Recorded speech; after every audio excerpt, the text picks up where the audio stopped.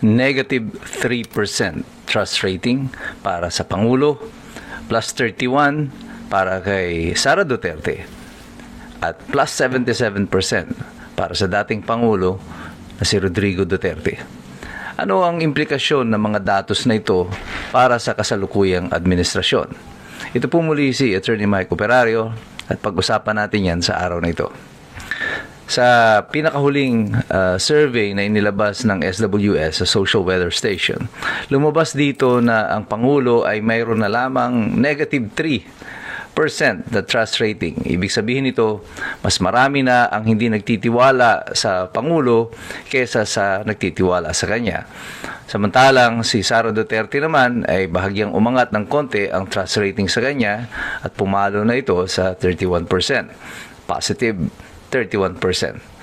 Pero ang kagulat-gulat dito, si Rodrigo Duterte ay nananatiling napakataas ng trust rating kahit 3 taong mahigit na siyang hindi presidente at ngayon ay nasa Hague at supposedly ay nililitis para sa crimes against humanity at nag-enjoy siya ngayon ng trust rating of around 77%. Anong kahulugan nito para sa kasalukuyang administrasyon?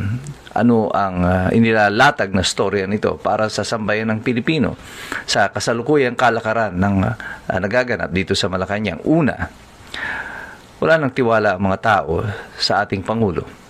Malinaw na malinaw yan sa body language ng mga taong pinupuntahan niya. Makikita nyo kahit saan siya makita, sa Cebu, sa Davao, sa mga mall. Makikita niyo na ibang-iba ang pagtrato ng tao sa kanya.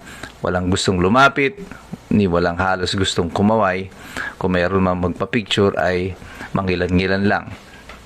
At ito ay implikasyon or indikasyon ng isang citizenry, isang lipunan na handang-handa ng itatwa ang kanilang pinuno at kumala sa kanya.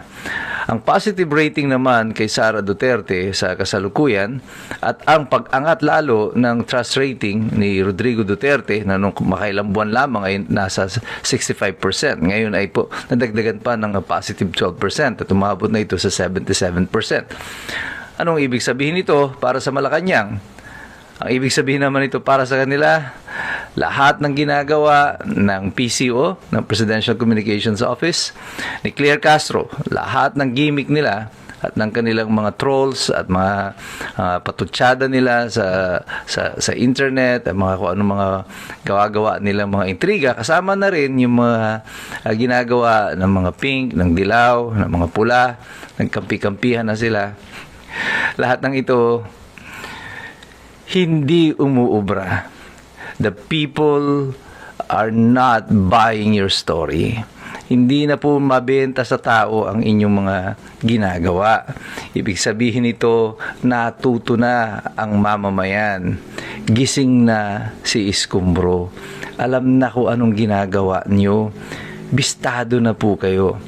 Ang isang pamahalaan na nabubuhay lamang sa pamamagitan ng gimmick, mga patutsada, mga trolls, ay isang hindi totoong pamahalaan. Ito ay parang advertisement company na ito ang specialization niya. At kaya nga po siguro kinuha nila si Claire Castro dahil siya ay isang YouTube vlogger at ito ang kanyang specialty. Kaya tingnan nyo kung ano naging tugon ng Malacanang. Ang pinag-uusapan po dito sa kasalukuyan, yung pagkamatay ni Jose Cabral at yung pagbaba ng rating ni Bongbong Marcos at pagtaas ni Sara Duterte at ni Digong, ni President Digong.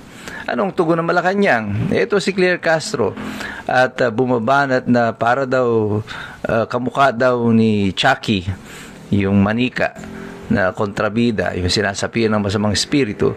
Kamukha daw nito si Sara Duterte.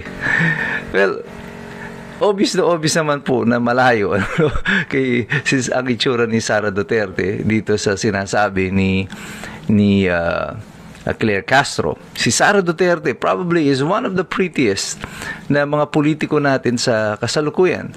Lalo na nung kabataan ni Sara Duterte. I'm sure si Claire Castro may itsura din naman siya nung siya ay anong kabataan niya, no? Pero siguro natatakpan na ng mga lahat ng negatibong mga pinag-aagawa niya at mga komento ng tao sa kanya, at lumalabas kasi ngayon yung kanyang pagiging palingkera at masamang ugali, at yun ang nakikita ng sambayan ng Pilipino. Pero bakit niya kinukumpara bigla si Sara Duterte kay Chucky? Ang tawag nga dito po is misdirection, at saka yung pong reaction baiting. Gusto nila ang taong bayan ay magalit kay Claire Castro. Tanggap na nila Claire Castro yan. Tanggap din nila Secretary Roque ng DTI noon yan. Anong ginagawa nila sa atin yan? Reaction baiting po yan. Ano? Yung sinabi nila, kunyari, na yung 500 pesos na Noche Buena, yung 50 pesos na baon, lahat po yan, mga reaction baiting po yan. They are trying to act like the lightning rod for the president. At yan po ang trabaho nila para sa Pangulo. Kaya po sila binabayaran para po dyan. And I'm sure medyo malaki ang bayad sa kanila para dyan. At ang trabaho nila is to take away the heat from the president at sila mag-absorb nito. So gagawa ka ng mga kwento, ng storya na ikagagalit ng mga tao para sa iyo mabaling ang atensyon ng mga tao.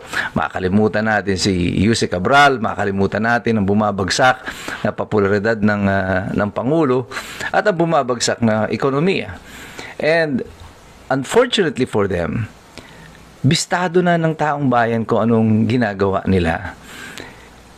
Lahat ng mga propaganda ninyo, yung pagpapagalit ninyo sa taong bayan, ito ang nagpapakita sa amin lalo, sa mamamayan, na wala kayong kaplano-plano para sa sambayan ng Pilipinas, sa mga Pilipino, sa ating gobyerno, sa ating ekonomiya.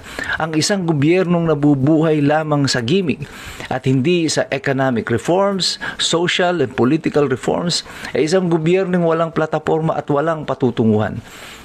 Unfortunately for you, and for this administration, and for Claire Castro, and for the PCO, lahat ng ginagawa nila, alam na ng taong bayan, natuto na, kasi tayong lahat nagsisipag-aral, kasi alam na natin, mahirap makialam ng taong walang alam. Kaya lahat ng iskumbro sa Pilipinas, God bless you, God bless us all. Mabuhay ang Republika ng Pilipinas.